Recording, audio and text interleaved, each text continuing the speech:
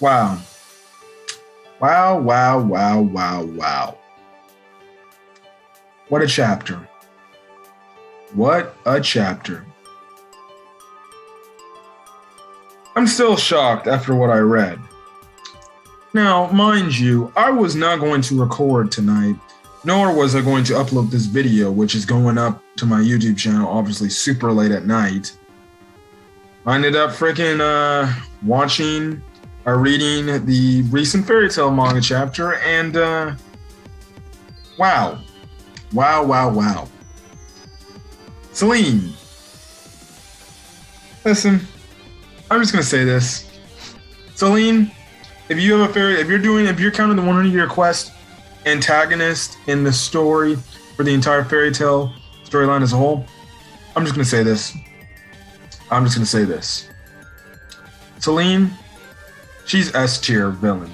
She's S tier terms of antagonist for the fairy tale story. Because she is insane, and we need to stop sleeping on her. Now, I know there was a lot of people who were kind of a little bit upset about the whole thing where they were looked like they were taking Selene after Selene, lost to Suzaku. But when we find out by the end of the chapter, she essentially played Suzaku to get to Earthland. Man, yeah, she's a very strategic / very cunning, and also at the same time very deadly. Anyways, this is Fairy Tail 100-Year Quest manga chapter 90. It is titled The Return. So let's get into this magnificent chapter, one of the best chapters of 100-Year Quest. And honestly, if you ask me, one of the best chapters of the entire series of Fairy Tail as a whole. Anyways, the title, like I said, is called The Return. The cover page is of Erza and Wendy essentially chilling in a spring. Oh, and then I forgot to mention Kana's in the background as well, looking like she's about to grab Erza's boobs because, well, she likes apparently grabbing boobs while people are in the bath, so yeah. Anyways, we cut back to, obviously, Fairy Tail got back to Earthland, and they're in the town of Drummil. Obviously, everybody in Fairy Tail welcomes them back and everything. Loki essentially made sure to update the Fairy Tail guild members what happened and what was going on, because essentially he can go back and forth between the world of Elentier and Earthland. So he essentially told everybody, like, where Natsu and the others were at and stuff like that. So when Natsu and the others finally show up, obviously you get a Gruvia scene here where Gruvia is all over Gray and she's happy to see him, and I like the progression they took Gray's character here. Obviously, we know old school Gray or Gray from the original Fairy Tail, especially early stage Gray, Full Buster. He wouldn't allow Gruvia to hug him or anything. He wouldn't even not want any of that action Juvia's giving him. Here, well, he is one. When Juvia is like, Grace, and Gray is literally like, Gruvia, and he has a smile on his face and he's happy to see her, which, hey, progressing the relationship. I like it. Gruvia's relationship is progressing because we already kind of know that, well, Gray has feelings for Gruvia, just like how Juvia has feelings for him. She hugs him. Excuse me, and she's like, you heard anything? And obviously Gray's like, I'm fine. But, he kind of just takes her hug and he embraces her, which I think is definitely great character development in terms of the relationship, because now, we're at the point where Gray, like I said earlier, he's already admitted that he has feelings to Gruvia, and he's going to tell her how he feels about her. I have a feeling like it's going to probably be the end of this series when he's going to finally tell her, that, he feels the same way that, she feels about him. I kind of do hope when that time comes. I kind of hope they don't do a comedic moment where Juvia literally passes out. I literally hope Mashima takes the scene very seriously, and he makes Juvia actually serious through this whole thing. When Gray eventually confesses to her and stuff like that. So yeah. Now Warren and Max, they kind of realize that Gray's kind of different when it comes to acting around Juvia. And stuff like that. He seems a little bit more lighthearted around her. So yeah. So that's nice to see. The Gruvia relationship is developing. Lucy talks to Levy, or Levy sees Lucy. Obviously, Lucy asks Levy how she's doing because we know Levy's pregnant with their child, with her and Gajeel's child, and that whole thing. And Natsu kind of makes the whole thing. He's wondering if Levy gave birth yet, and stuff like that. But no, she hasn't given birth yet. I feel like that might come probably near the end of the series as well, when Levy finally gives birth to their kid. We don't know the gender of the kid. I don't think they revealed the gender of the kid yet. So yeah, I don't even know in the fairy tale world if they have it to where they can actually, predetermine the gender of what the baby's gonna be. Anyways, Gajeel kind of tells Natsu, like, you need to leave her alone and stuff like that. So obviously Natsu is trying to pick a fight with Gajeel. He's like, hey Gajeel, you wanna fight? Because Justin, believe I wanna fight you. Now Gajeel, he's kind of laid back and he's relaxed. He's like, look, I'm grown up, I'm an adult, I can't be doing that. The reason why is I think because Levy says, well, he's acting more adultish, more like an adult, which is good. Because I think Gajeel's trying to set the example of being a quote unquote good father. We know he would probably be a great father, but I just find it funny how, Natsu literally goats him into fighting, and he ends up fighting Natsu, and then Levy and Lucy are like, so much for them being kids. So much for him being so adult, huh? Which technically is funny because Levy and Gajeel are together, and we all know Lucy and Natsu are gonna get together.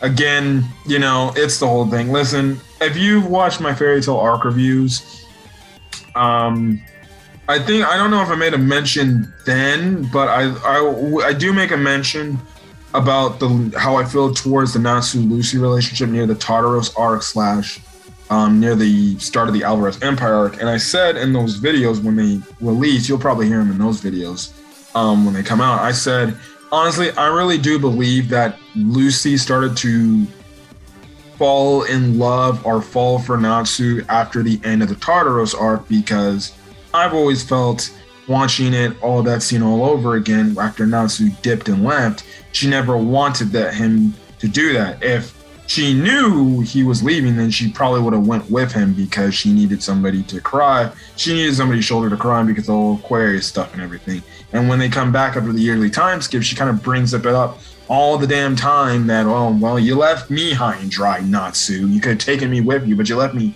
all alone. And I think Natsu kind of picks up on the whole fact that, okay, yeah, I kind of made her mad at me. So, listen, I'm on the aspect that I think Lucy deep down is in love with Natsu. She just doesn't want to admit it because we know Lucy's a tsundere type of character. It takes a while for her to show her feelings. Like we've always seen, because you've seen in almost every emotional arc, she shows like legit emotion and love towards Natsu and stuff like that.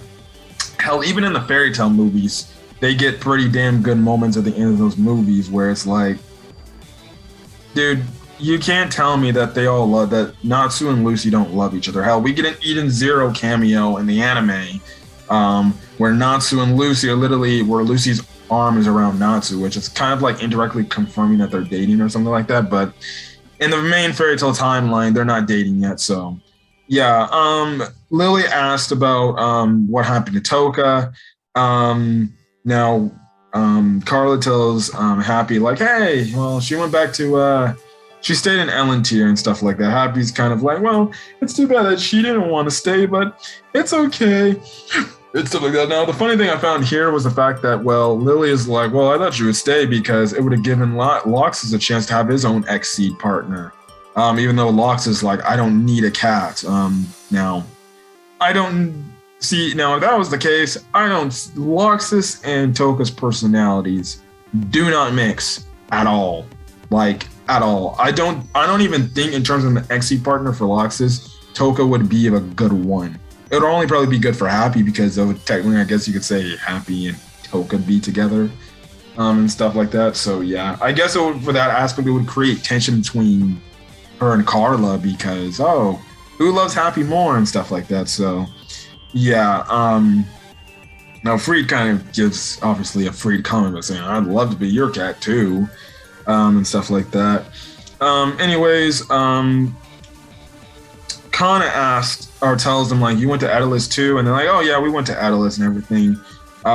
They obviously talk about Mystigan, as well as they even bring up the whole Erza being a maid in Adelis now, like essentially a servant girl. And speaking of Erza, we have Erza and Jellal talking at this little cafe, and essentially we get our Jerza moment. Which honestly, before we saw the Selene stuff, I was literally going to the title of my video was going to be Erza asked Jellal to join Fairy Tail. I thought that was going to be the main thing of this chapter, and then we got the Selene stuff, and I'm like, okay, the Selene stuff outranks whatever happened in Jerza, even though the Jerza stuff was pretty big regardless still, because it technically could signal for it definitely foreshadowing how the story of Fairy Tail can end in terms of the Erza and Jellal characters with their relationship.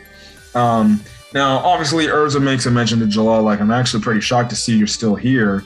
And Jellal gives a pretty nice comment, replying back to Erza and saying, well, I needed to make sure I saw you before I, was gone because I want to know if you were safe and everything. They bring up about the White Wizard stuff about Ferris and everything, and Jallal's obviously glad that whole incident is taken care of and everything, and the fact that he doesn't have to worry about somebody that looked like had, I guess you can say, energy given off ill or evil intent and stuff like that. So, yeah. Now, Erza asked Jellal what he is currently doing, and essentially Jellal kind of says, well, there's still evil in this world, and I'm still on my quest to destroy that evil and take out that evil. Now, Erza's like, you don't have to frickin' continue to have a burden like that still on you. Everything with Zareth and everything is done now. You can live free, essentially, I guess you can say. And essentially Jallal's like, listen, I can understand your sentiments, but at the end of the day, if I see evil, or essentially Jallal's saying, look, regardless, there's evil still in this world, and I have to continue to fight against it to essentially continue my way, I guess you can say, of atoning for the bad acts he did back in the original series and everything. And I love the comment where Erza's like, it's kind of like punishment though, and Jallal's like, not really. He's like, it's my way of life. And we get a very interesting Jerza moment here where Erza literally asks Jellal, saying like, she first off says like, well, Jellal, do you think you could bring your way of life closer to me? When I first read that line, I was like, oh, Erza's being bold now? Because we always know in the past, when it came to Erza and how she feels about Jellal, she gets really, really flustered and everything. But here, she was very confident. It was like after they came home. It's like some of the Fairy Tail members realized, you know what? I need to embrace the people I love the most to me, the people I truly do love. And this shocked Jellal. And then lo and behold, then we get another panel where Erza literally is holding Jallal's hand. And I'm like, I don't know if they're dating, but okay. Erza's being very aggressive here. She's essentially saying she wants to be with Jellal. I'm like, I'm cool with that. Let's have it happen. And that's when Erza gives the question to Jellal. And she's like, what she meant by the whole would you take your life and, would you bring your way of life over to me, or bring it, or I can be in your way of life as well, is essential. And she essentially says, why don't you join Fairy Tale? And this shocks obviously Jellal. She's like, and even Erza's like, if Meredy wants to come along and join Fairy Tale as well, she's more than welcome to come. Now, obviously, we know that Jellal and Meredy are in crime sorcière with the Erza and Jellal. Now, one of my predictions was always, I have a feeling that maybe Jellal might end up joining Fairy Tale, because in one way, you can say he's essentially part of the guild. Like, hell, back in the Erza and Jellal arc, the Fairy Tale members were willing to fight to have Jellal be next to Erza. And essentially with the whole and then when we see him later in the Grand Magic Games arc assisting alongside Fairy Tale for literally up until the Alvarez Empire arc, he was literally, honestly, you could say he was honestly a member of the guild. Like, he was that close knit to Fairy Tale. Even though he was on his own distance and everything, you can quote unquote say Jellal is would be an honorable mention for a Fairy Tale member and everything. And I've always had this prediction of, I definitely could see Jellal joining Fairy Tale, so he doesn't have to carry that burden on him. And as well as from the standpoint, he can finally be with the girl he loves, the girl he's loved since they were in the Tower of Heaven together, and that's Erza. And he can finally have his happy moment. Erza can have her happy moment. I can definitely see it to where maybe Meredy probably doesn't join the guild, although it would be a welcome addition. She would be closer, I guess you could say, to Gray and Gruvia in a way. So whenever they get Gray, she could be Auntie Meredy. But I definitely could see it to where end of 100-Year Quest, when the Rapping character story's up, I could see it to where Meredy and the Erza and Jellal members are like, you know what? You've endured all this quote-unquote punishment trying to atone for your sins, what you did. How about this? We carry on your burden and you go and be happy. I definitely could see where Meredy and the Erza and Jellal definitely say, listen, we'll continue Crime Sorcier and we'll do this. You join Fairy Tale and you go be happy with the person that means the most to you. And I definitely could see where I could definitely see it to where Jellal at first is kind of hesitant, but then he accepts it. And Erza kind of just further just encourages him to join Fairy Tale. And then, he joins Fairy Tale, and then obviously Jellal and Erza, they live happily ever after together. And funny enough, I also do believe if Jellal never went evil and if Ultir never corrupted him, I really do believe that that Erza, Jellal, and the others, Simon, Miliana, Wally,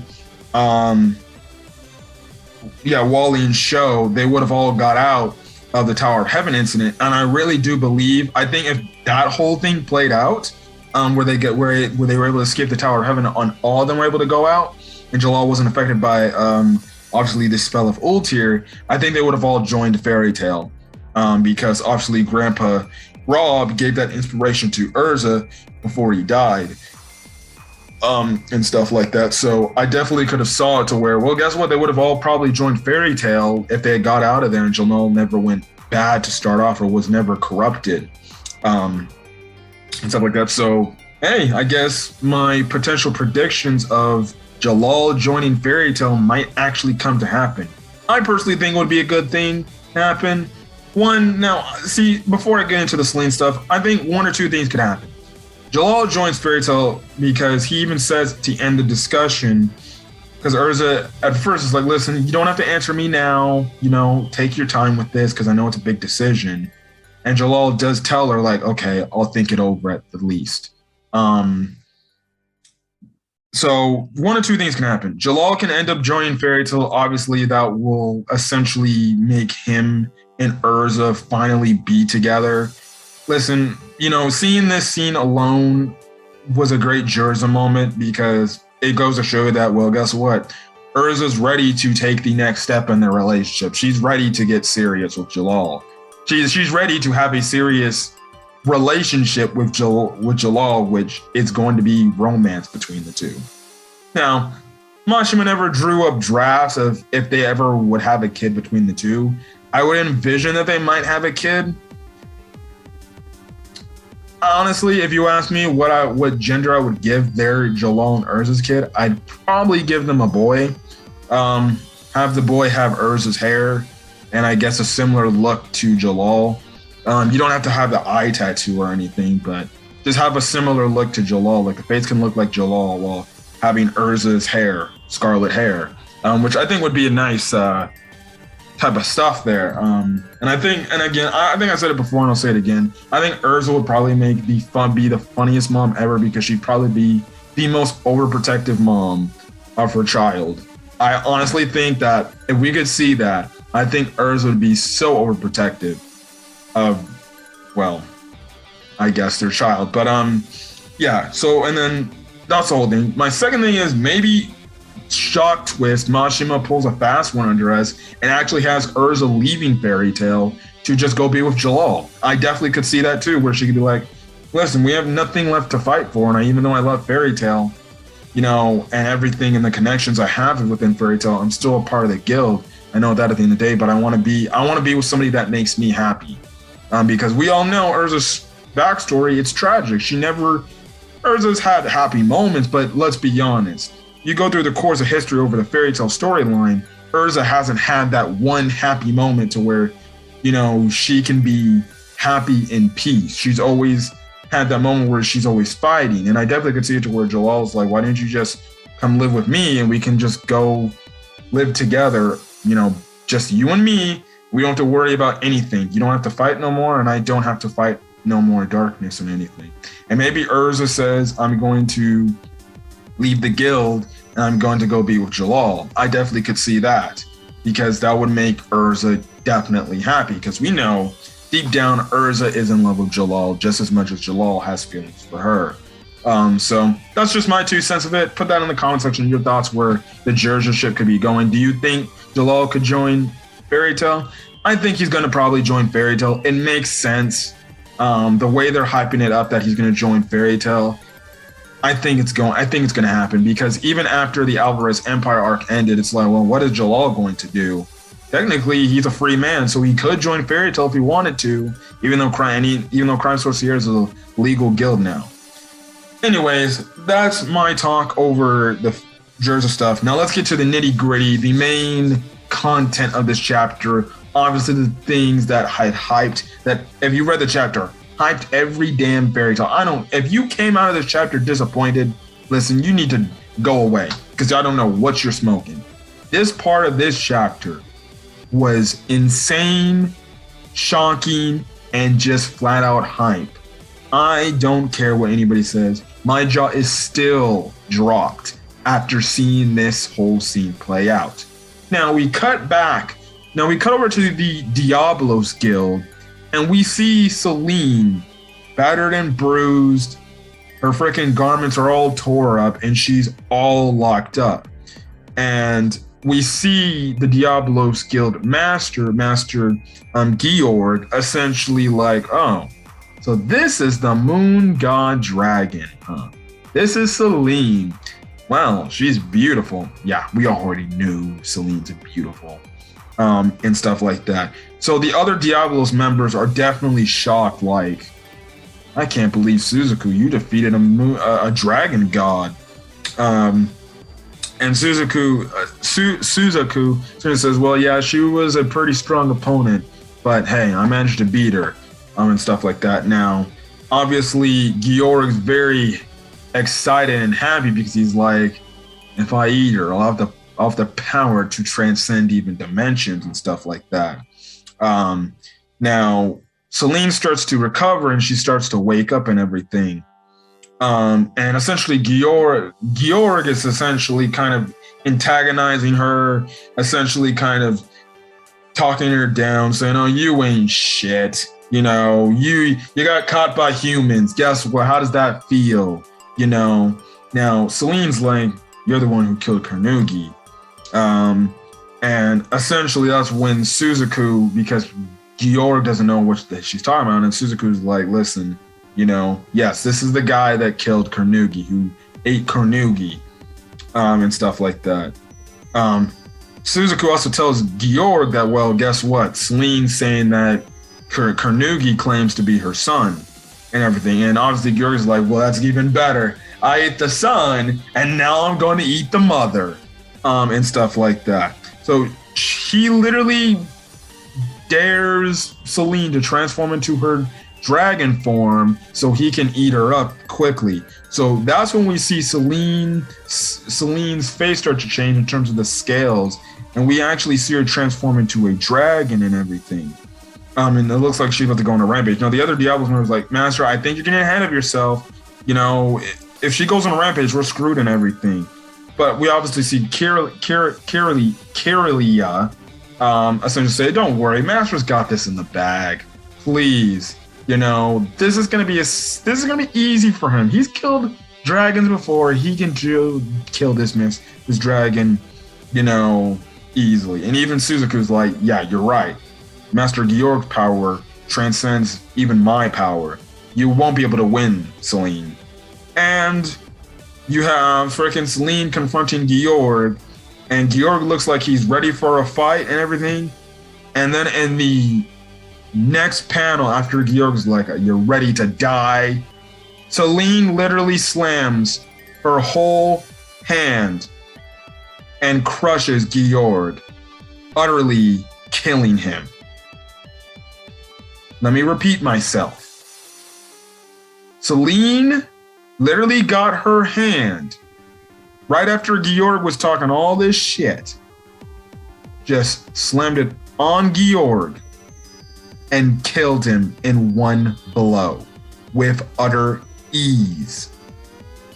When I read this chapter first time, I looked after in the panel after she literally killed him and smashed him, and I saw the shocked faces on Suzaku and Carlia, and I'm like, why do they look shocked? They're like, is he badly hurt? And then I saw that, I'm like, and I went back and looked at the main panel, what happened, and I see blood and everything. I'm like, did she just crush him and kill him at the same time?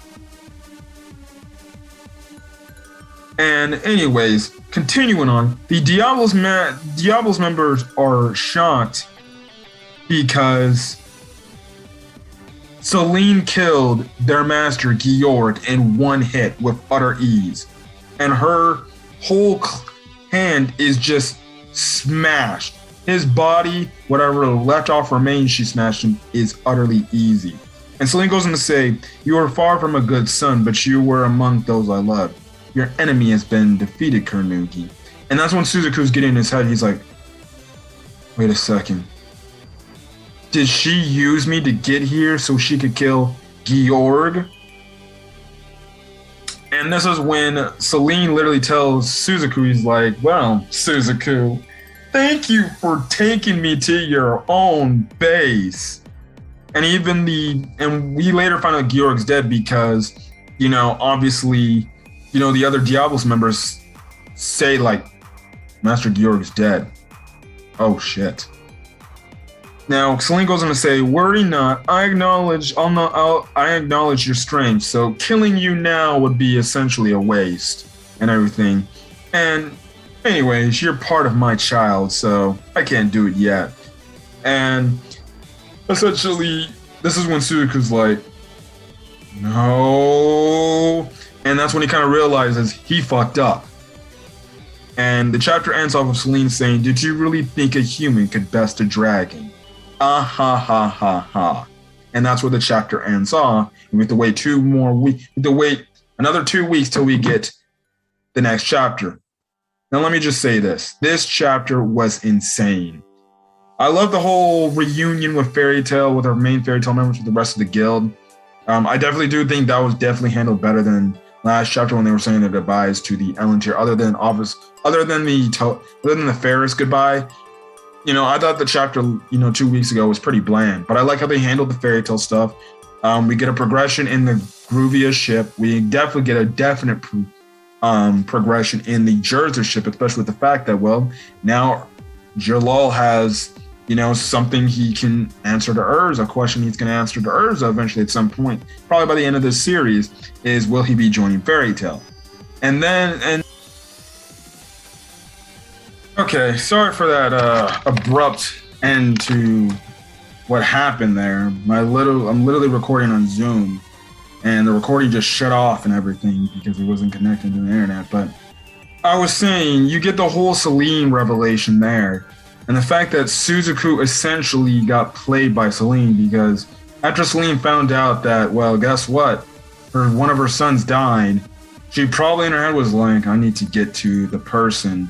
And when, obviously Suzaku said his master did this, Selene probably thought like, I need to find a way to get to his world so I can frickin' get to his master. And we even see that even though Selene was very badly damaged, when she transformed into her dragon form, she literally has next to near no damage. Which is insane. And it also continues the further trend of the fact that, well, guess what? It's very hard for human characters to go up against a dragon and come out of it alive. Like, obviously our fairy tale cast of like the few exception because Acnologia, the Dragon King Festival from the Grand Magic Games arc when they managed to all stay alive and everything against the dragons from 400 years ago. And even our fairy tale characters surviving some of the Moon Dragon God stuff like Alderaan and stuff like that. Again, but like I said, again, this is further hurting the point that they've been keeping a whole thing. Watchmen's been keeping this whole trend in the series of fairy tales. The fact that it's very rare and / very difficult, very hard for humans to defeat dragons. It's still an impossible task. We know it can be done. It's just the chances of you coming out alive from it are very slim. And we see how strong Selene is. Like, Selene in her dragon form does not play any more games. So you can definitely, I definitely have a feeling like she was holding back in the fight against Suzaku because when Suzaku cut her up, she definitely was caught off guard. So, which goes to show you that she was holding back. And here, she just did this like, oh, I'm just getting revenge for my son. And guess what? Let's see now. She says she's not going to kill Suzaku yet. But maybe she's going to leave Diablos in a beaten, wreck to where she's like, oh, you guys are absolutely nothing to me. And you really go to question, like, how are fairy tale, friends, heroes going to take care of Selene? She literally killed their master in one freaking hit. Just smashed him like he was nothing to her. I'm seeing this and I'm like, how are Natsu, Lucy, Wendy, Erza, and Grey going to defeat Selene? Especially in her dragon form. In her dragon form, she seems unstoppable. Insane. When she killed Georg, my jaw dropped. Whenever your quest ever gets animated, which I believe it will, because it's fairy tale, this is going to be an amazing scene when this gets adapted into the anime. They probably might not show like the whole details and the gruesome scenes because obviously, they're going to censor some things. Obviously in manga, you can do more gory stuff than in anime because obviously time slots and how time has changed. They probably would handle it like the Acnologia killing Irene, where obviously you don't they kind of don't really brutally show Acnologia stepping a mud hole through Irene. It'll probably be something like that. They'll just probably see like you'll probably just see the blood on the ground and even the blood on Selene's claws and everything so yeah. But before I end this video, let me just say this, dude. Selene has been a villain, an antagonist in the Elentier arc and even in this new arc we're getting now. She has been an antagonist that I have not seen in this series for a long time. Obviously, yes, you had Zareth and everything, but Selene definitely is one of the most dangerous / threatening characters in the entire series of Fairy Tail. And she's definitely S tier. If I did a tier list, she's S tier in terms of she's an S tier villain. After seeing this, it's a done deal. Some people question if she was gonna be that type of villain, that type of antagonist, where she'd be a great antagonist. I'm done. It's a done deal. She's S tier. She's S tier. She's one of the best antagonists we have seen in this story, bar none. Bar none. Her arc, when you count Ellen tier in this new arc, holy crap, man. Dude, we haven't had, like, to be honest, Zero was like legit the last super threatening antagonist we obviously know in the storyline. You can add Acnologia in there if you want to.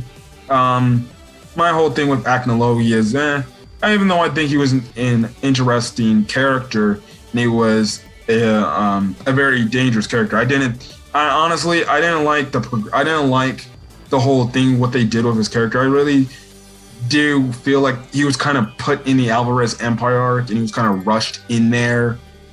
And I really do, looking back at it, I really do wish they could have just like had his own arc, and stuff like that. Not to say that Acnologia is a wasted character or anything. I just don't think.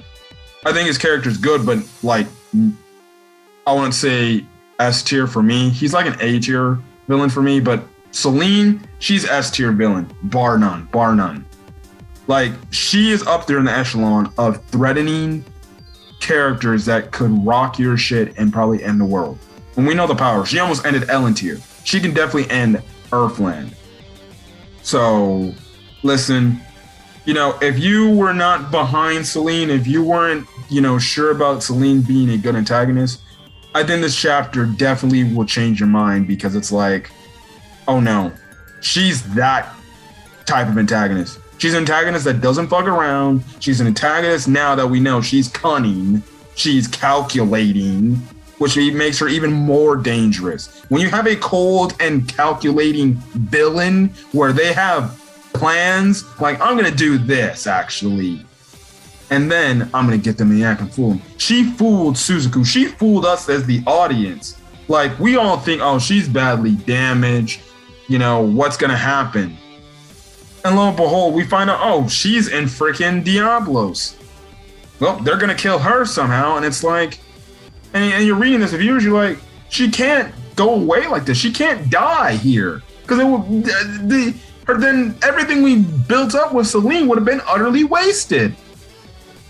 And Mashima found a way to not only make Selene do something great, she made her do a GOATED act, killing the master of a wizard guild with utter ease. With, more importantly, who looked like he was going to be one of the most threatening characters we're going to get. I've definitely said, like, maybe the final arc of this series, 100-Year Quest, could be Fairy Tail versus the Diablos Guild. And maybe, just like in the Grimoire Hearts, it's going to take Natsu and the others to overcome Master Georg's insane amount of power.